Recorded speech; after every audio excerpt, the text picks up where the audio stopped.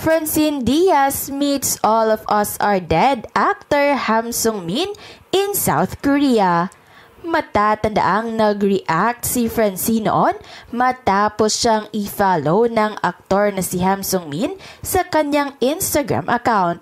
Nirepost pa ni Francine ang larawan ni Ham Sung-min kasama ang caption na "Such a great person, hoping to meet you soon."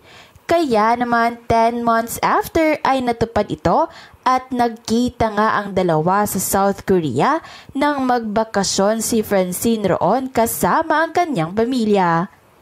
Ibinahagi ni Francine ang kanilang selfie ni Ham Sung-min kasama ang caption na "Nice to see you."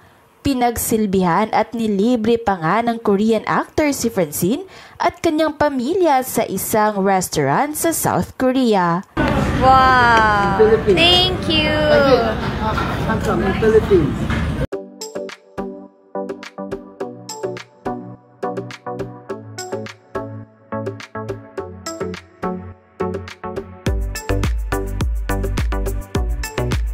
Siyempre, bilang turista ay todo picture rin si Francine sa mga tourist spots sa South Korea with her prettiest OOTDs. Marami nga ang nag-react sa mga OOTDs ni Francine sa ilang araw nilang bakasyon sa South Korea dahil nagmukha itong K-drama leading lady.